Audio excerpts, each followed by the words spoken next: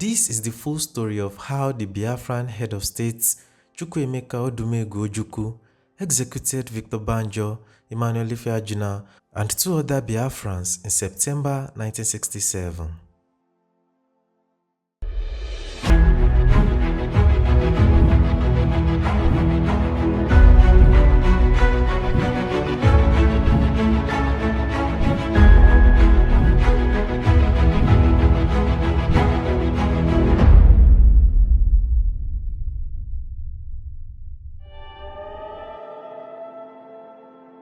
In September 1967, 4 Biafran soldiers were tried for treason and sentenced to death by firing squad.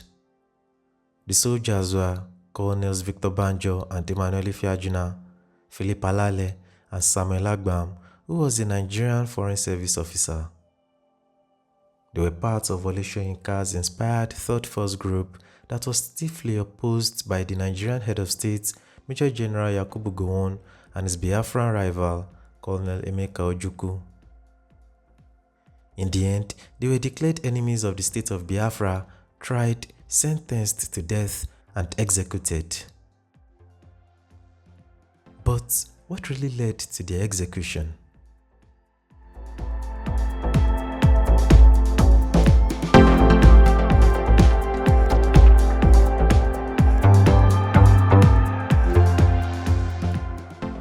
The Nigerian Civil War from July 6, 1967 to January 15, 1970 was an offshoot of the January 1966 military coup. The coup plotters carried out a sectional killing where the majority of those killed were northern politicians and army officers. This act was then interpreted by the North as an attempt by the Igbos to dominate the country, seeing as a majority of the coup plotters were of Igbo origin and no prominent Igbo leader was killed in the coup. In fact, in the eastern region, which was the main target according to Cardinal Zeogo, no single shot was fired. 6 months later, a reprisal attack took place and it was the turn of the Igbos to suffer losses as northern military officers killed Igbo military officers, and even the Igbo head of state, Major General Johnson Aguiyi-Ironsi, was not left out. The coup plotters then installed the most senior surviving officer from the north, Lieutenant Colonel Yakubu Gowon, as the head of state, amidst opposition from Emeka Ojukwu, the military governor of the east. However, in the north, the genocidal killings of the Igbo continued and the calls for secession began. Conferences were held and roundtable discussions took place to foster peace in the country. But it all ended in vain as the calls for secession only grew louder.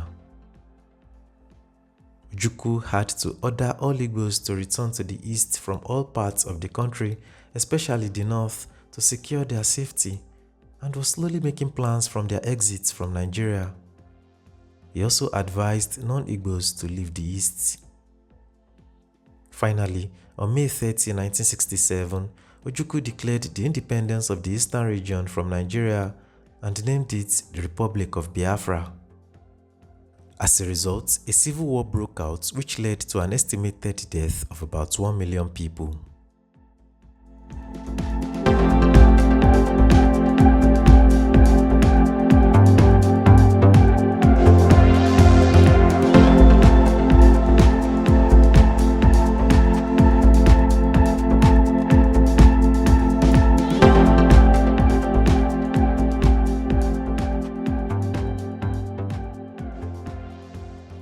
The third phase was birthed to mediate in the hostilities between the federal government of Nigeria and the Republic of Biafra.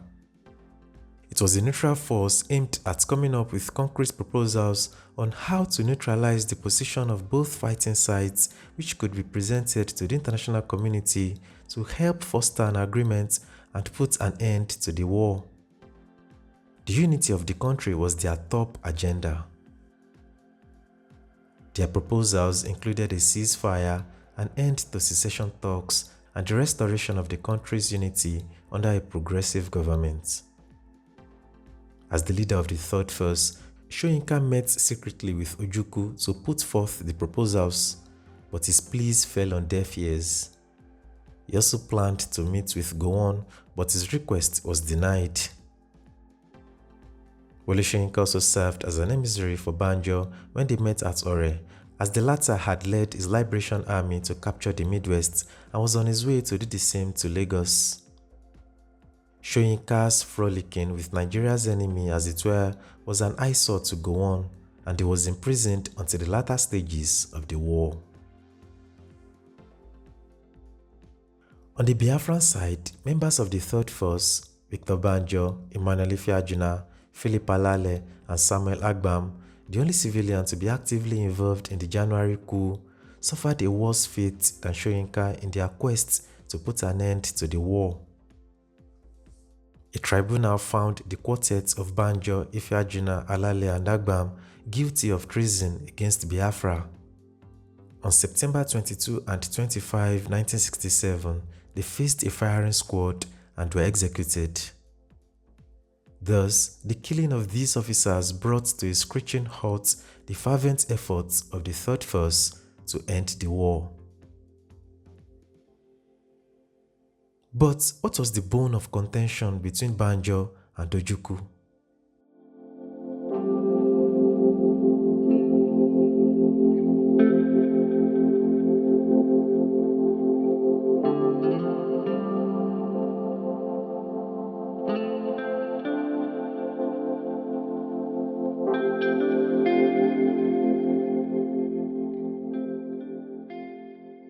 Banjo, along with his group, had several disagreements with Ojukwu.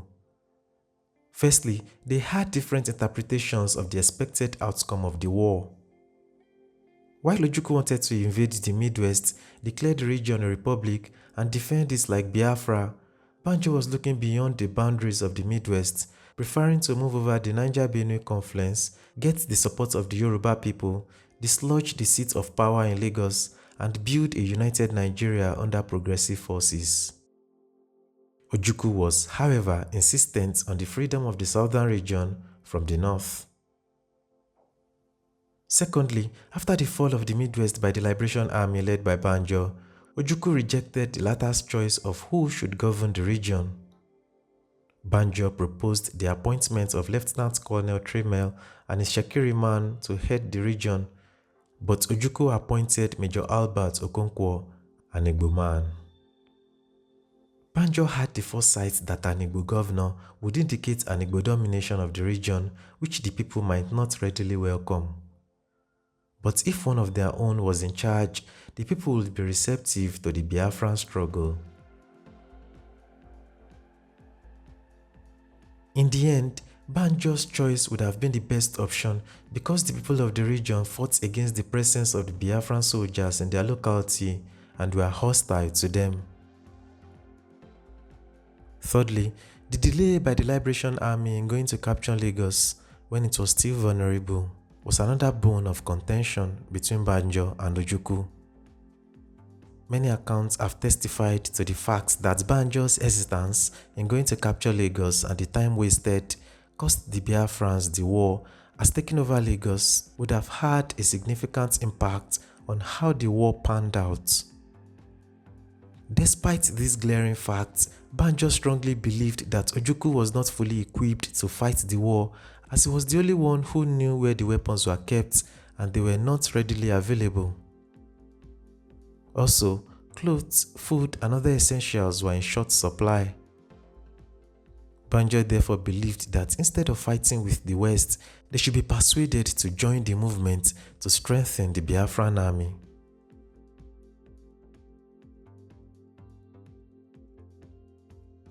Another reason why Banjo delayed in moving to capture Lagos was the fact that he wanted to ensure that the Liberation Army had a firm grip on the newly captured Midwest.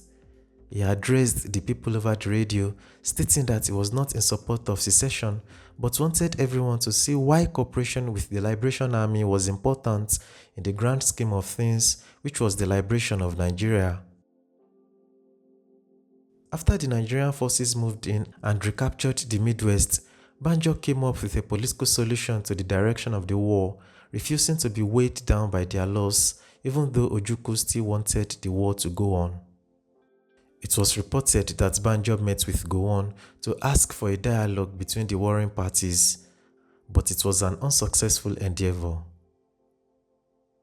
Later, Ifeajuna and Dagbam were also said to be in contact with the British High Commissioner seeking a peaceful resolution to the war. Subsequently, they were arrested and a tribunal headed by Justice Godfrey Nkemena was set up, which found all 4 men guilty of treason and sentenced them to death by a firing squad in September 1967.